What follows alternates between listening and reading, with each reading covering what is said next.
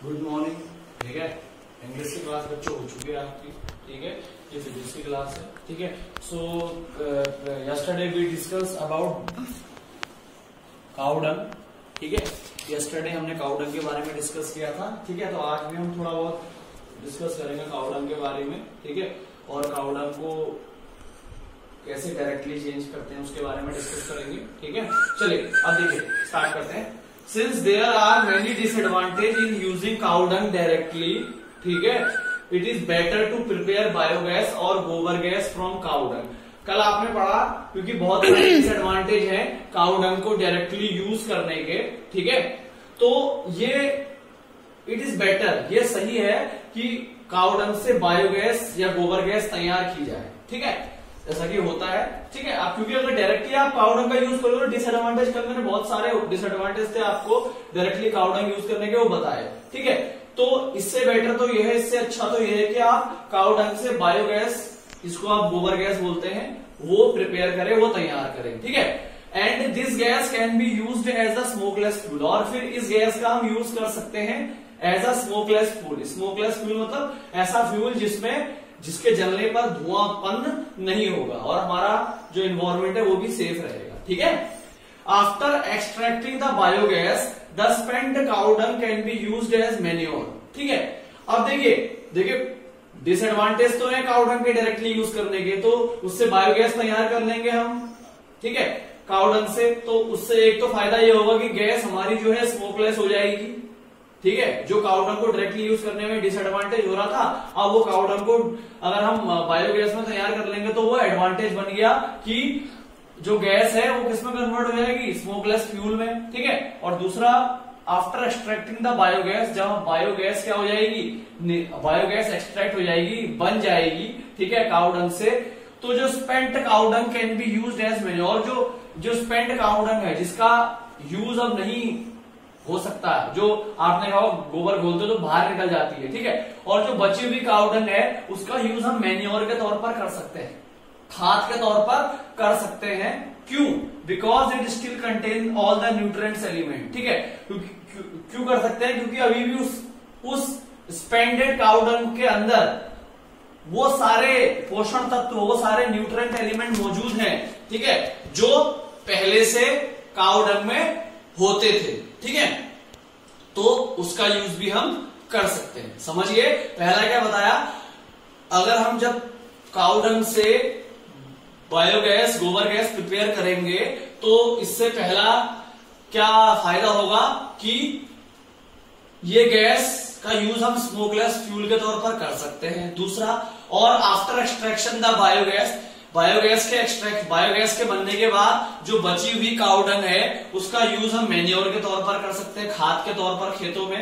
क्यों कर सकते हैं? अब क्वेश्चन ऐसा आएगा कि why the spended cow dung can be used as manure in the field. क्यों जो स्पेंड काउ डंग है, जो बची हुई काउ डंग है बायोगैस बनने के बाद, उसका यूज मैन्योर के तौर पर किया जाता है। क्यों?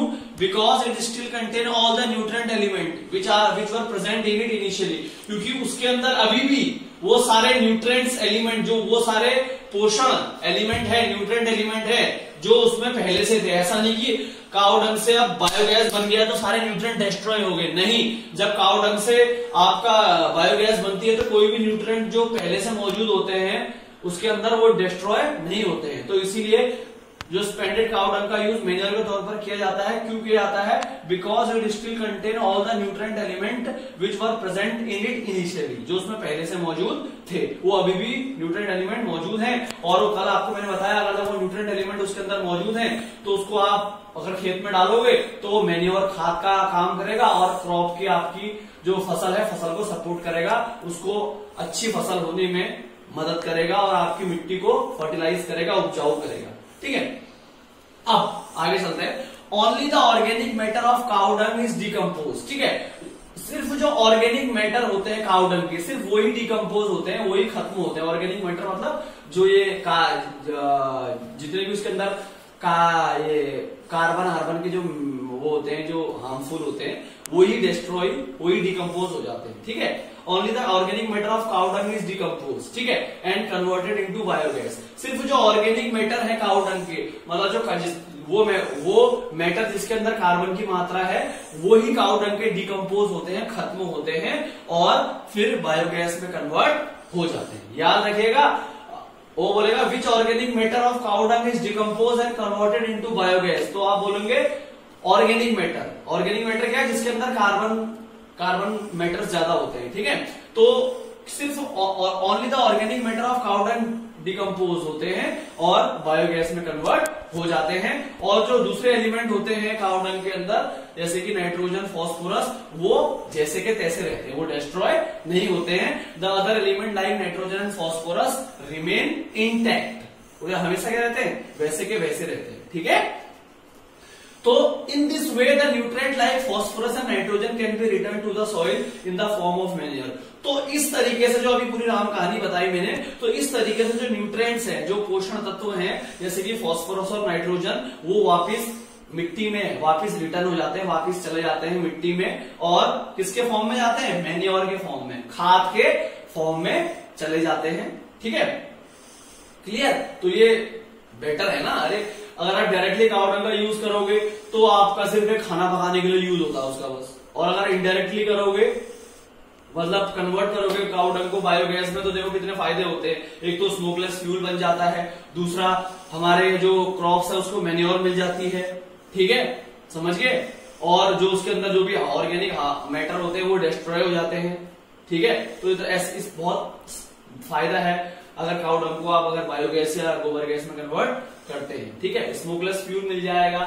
और दूसरी बात, आपको कोई भी एक बार पावर प्लांट लगाने की जरूरत है गोबर गैस का, उसके बाद आपको उसका कोई चार्ज पड़ता नहीं है, क्योंकि जिसके घर में गाय भैंस है तो उसकी गैस तो फ्री आती है, सिलेंडर बच जाते हैं उसके, ठीक है। So when we use in this way, तो हम अगर इस तरीके से यूज करेंगे काउ डंग का, जब उसको बायोगैस में कन्वर्ट करेंगे, तो cow dung gives double advantage. Cow dung हमें दुगना फायदा देगा। Cow dung gives double advantage, cow dung हमें दुगना फायदा देगा। कौन कौन से दुगना? डबल एडवांटेज कैसे? देखो, it give us clean fuel called biogas, ठीक है। वो हमें क्या देगा? क्लीन फ्यूल देगा, जिसको हम बायोगैस बोलते हैं, ठीक है। अब क्लीन फ्यूल मतलब साफ सुथरा फ्यूल से मतलब नहीं है यहाँ पर। क्लीन फ्यूल मतलब जिसके अंदर कोई भी किसी भी प्रकार का कार्बोनिक मटेरियल नहीं है, और जो कंप्लीट जल जाए, जो पूरा जल जाए, ठीक है, कंप्लीटली बर्न हो जाए, और दूसरी बात उससे कोई पॉल्यूशन ना हो, ठीक है।